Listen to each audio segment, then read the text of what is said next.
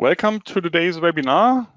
Our monthly webinar about the FAQs, most frequently asked questions answered by Dlubal support team. It will take about 30 minutes, I think. My name is Andreas Hörold. I am responsible for marketing and public relations in the company Dlubal Software. For instance, the Dlubal website, German and English webinars, customer projects, and so on. I've been working for the company Dlubal Software for 12 years. I will be the moderator and presenter today, and I will be supported by Markus, but he can introduce himself. Hello, my name is Markus Baumgartel. I'm responsible for customer support and frequently asked questions on our website. And today I will help my colleague Andreas to answer your questions during this webinar. Okay, thank you for Thanks. the introduction. Then we switch off our webcams that the attendees can see the full screen. For the attendees who participate such a webinar the first time, you can show or hide the control panel with that arrow here. And then if you have a question, you can enter the question here and Markus will answer you. If there are too many questions and he can't answer during the webinar, you will get an email afterwards. The other way is to watch the entire webinar and then email questions to info@dlubal.com. Okay, then I turn to the program RFM6 and I read the first question. The first question is, how can I quickly check the quality of the FE mesh for my surface model? At first, we create the FE mesh, or we generate and display the FE mesh. The display of the FE mesh quality helps calculating structural components consisting of surfaces. And when generating the mesh, an internal check of the created FE elements is performed according to certain criteria. And you can display the results graphically. You have to open the navigator display. Then you search the mesh here, mesh. And then you have to check the FE mesh quality. There are 3 levels shown in green, yellow, or red. Green is okay, yellow warning, and red failed. And you can see there are 64%. 64% of the FE mesh or of the FE elements are okay. 24% were warning and 12% fail. Okay, you can see on purpose I created a very large FE mesh to get such failed elements. You can see here, or you can go to the navigator display and only display the criterion failed. And you can see the ratio between the width and the height is too large, and that's why the FE mesh or FE elements failed. So we go back here above, to the mesh settings, and with that table here, with the table, you can, as the values of the criteria to be checked can be adjusted. For example, the criterion, the aspect ratio, and so on. I would leave the default settings, but it would be possible to change those settings. So, and we go to, and you can also see the percent values here on the right side. to avoid such failed FE elements, you can add FE mesh refinements, or you can define a smaller FE mesh. I will do that. I create an FE mesh with a size of 10 centimeters. Press OK and apply. And you can see now it's quite okay. No failed elements, and the most are okay.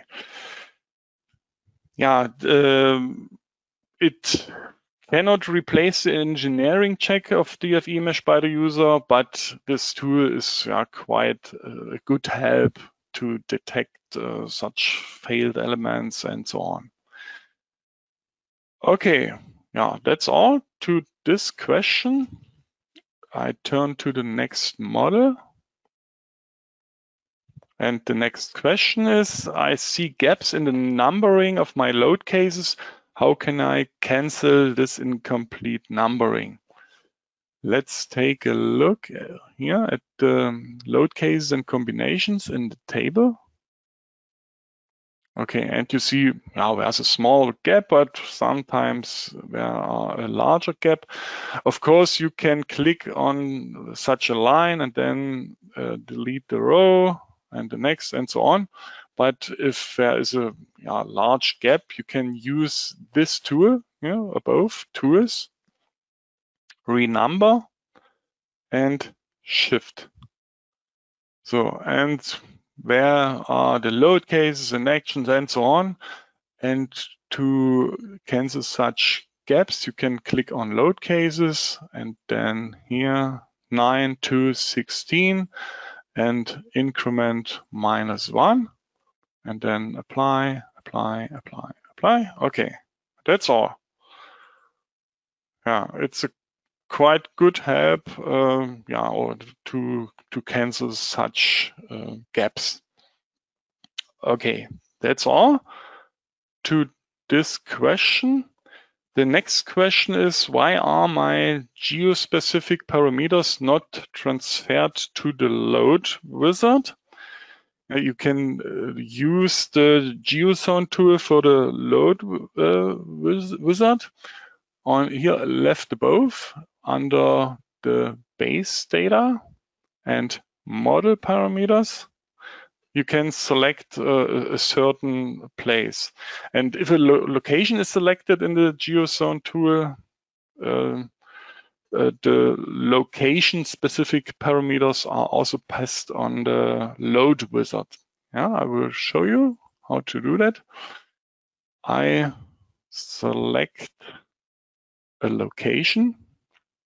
I use the location of our main office in Germany. Okay. And you get the snow load zone and the characteristic snow load, the wind loads and the seismic loads. And if I press OK, all the values will be important in the program. So it takes a moment.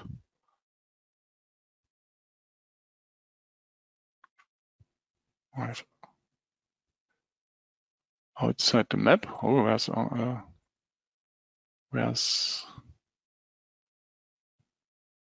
arrow? I try our location in Leipzig, Germany. Okay, well, I don't know what was the problem. Actually, it should work. Okay, and now the location is transferred and the values for snow and wind and also the seismic loads. I press OK, and then I go to the load wizard, insert, left above, insert, load wizards, and I try the snow load wizard. Okay.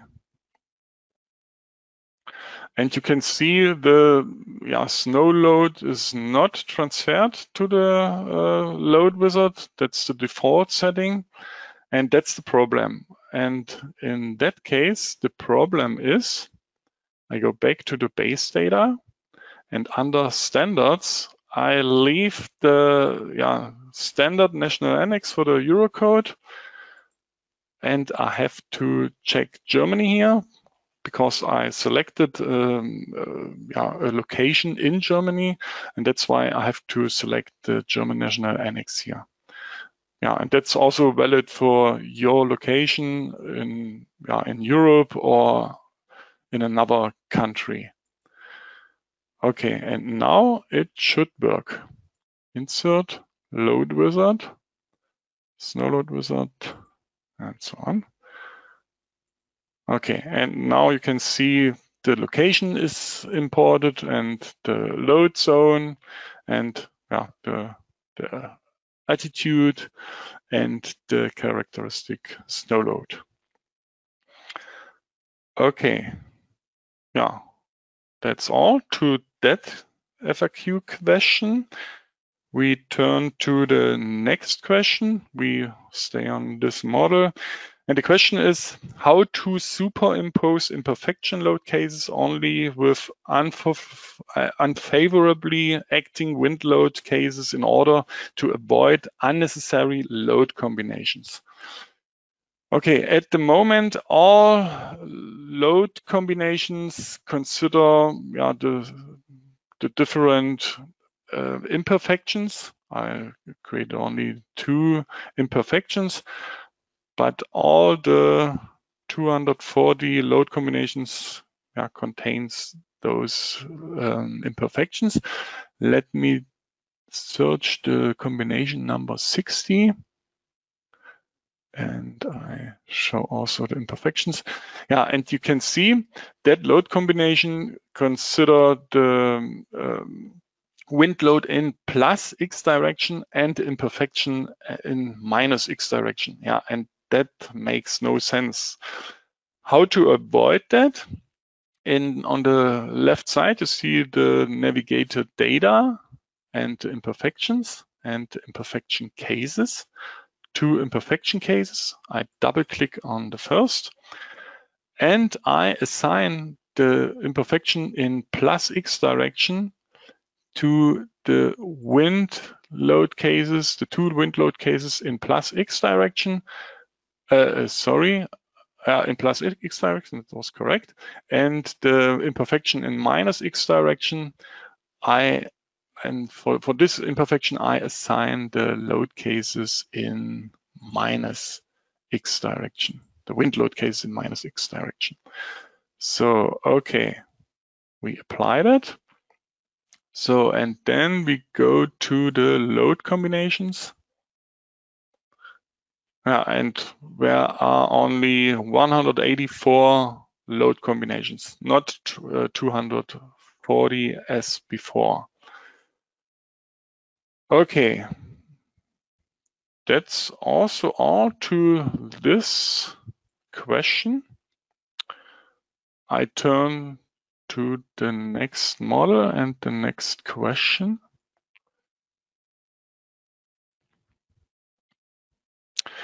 So the next question is, my model becomes unstable when being calculated according to second order analysis.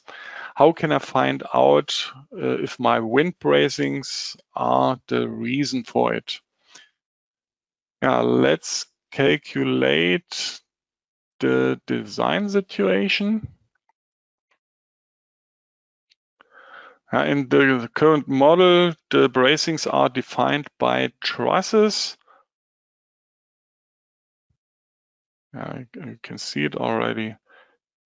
The model becomes unstable when it's calculated. You can see the error messages here. And how to avoid that? Yeah, I described the problem. The problem is there are only load cases with loads in plus Z direction, the self-weight and post load, and the snow load. And if you have trusses for the diagonals here, around 20 is that diagonal here.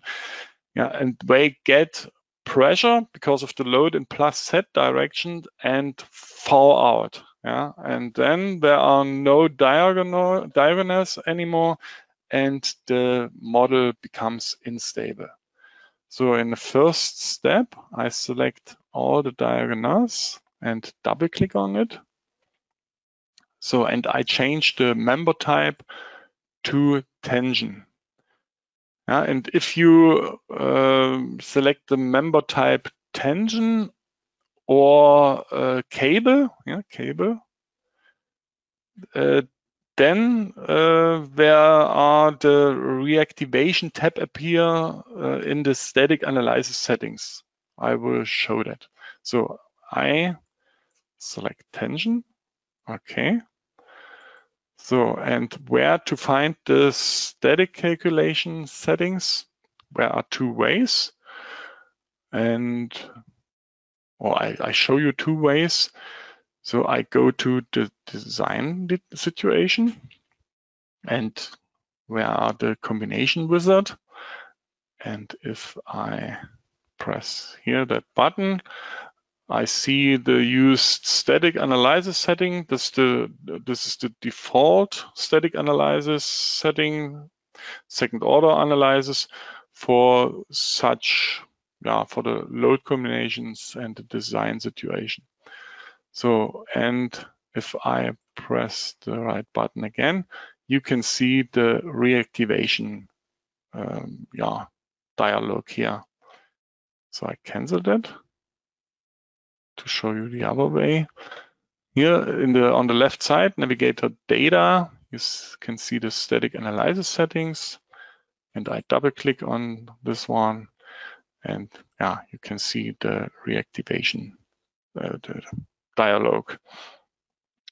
So, and there are different options. For example, the exceptional handling, failing members to be removed individually during successive iterations, or assign reduced stiffness to failing members.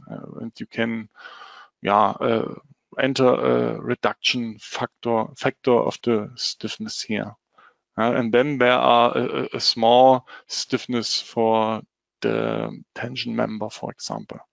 And as I already said, this table or this dialog, you have only this dialog when you use tension or cable members. Okay, and in the main dialog, I enter or I increase the number of load increments, and I calculate all again.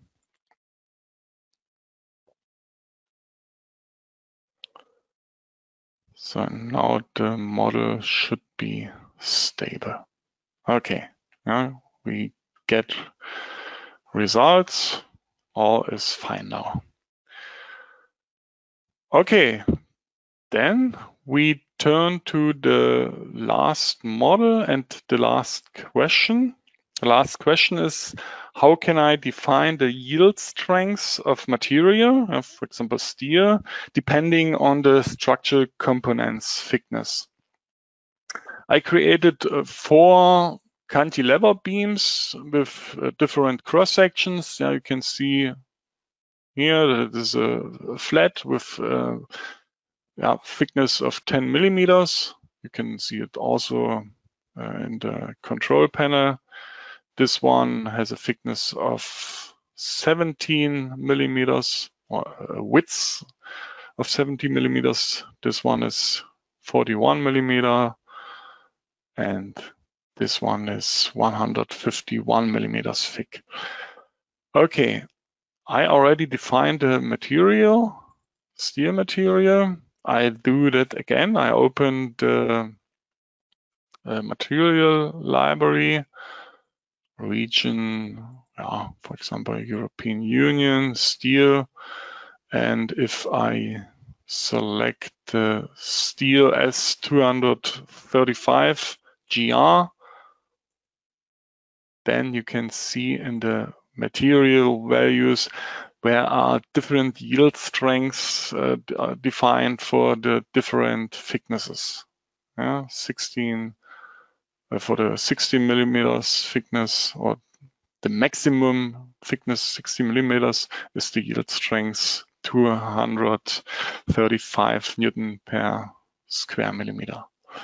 Okay, and those are the other thicknesses and the matched yield strength. And if you want to modify those values, then you have to check user-defined material here, and then you can modify the yield strength and thickness and so on. If you have a certain material and it is necessary, then you can do that, and you can also define or modify the stiffness. Okay, I press OK, and we would like to do a stress analysis. That's why I go to the base data and activate the add-on stress strain analysis. Okay. I have to go to the design situation, and the stress strain analysis is already activated. It's not necessary to activate it for those design situations, only for the ultimate limit state design in this example. Okay. Then in the table at the bottom, I select the stress strain analysis and calculate all.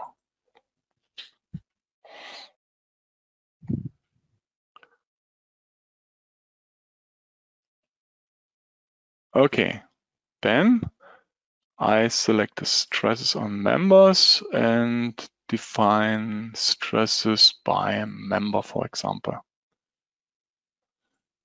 And now you can see the different stresses and here the different limit stresses for the different thicknesses. Okay, that's all for this presentation.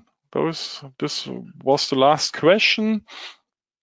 I only want to make a little bit advertising for our next webinars. Or at first I show you where you can find the recording if you want to see the recording and use the provided models. Under news and events, you find the, it's in German, sorry, I have to select English. News and events, webinars. And that's today's webinar. I click on it. In the next days, you will get an email with your certificate, with your attendee certificate, and then you will see the recording here. And we already uploaded the models here. Okay, and if we turn back to the webinars, as news and events, webinars, then you can see the upcoming webinars. In the next week, we present our new add-on or our new feature in the timber design, the design of CLT panels. That's a quite new feature. Then also on the same day, it's in American time, the reinforced concrete tank design. Then 1 week later, the stability and warping torsion analysis in RFM 6 and RSTARP 9. Mezery design 1 week later. And those are the planned webinars in the next time. We usually present one webinar for in 1 week. Mostly in German on Tuesday and in English on Thursday. Okay, if you haven't used our software and you want to try the trial version, then just download it from our website and use, for example, the webinars and provide models for exercising. Okay, that's all for today's webinar. When you leave the webinar, there's a small survey.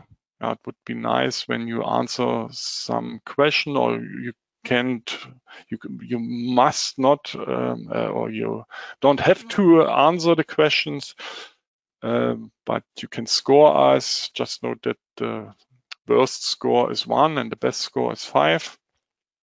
I think it would take only 1 minute or so. That would be nice. Okay. Then that's all for today's webinar. I thank you for your attention. Thanks to Markus for answering the questions.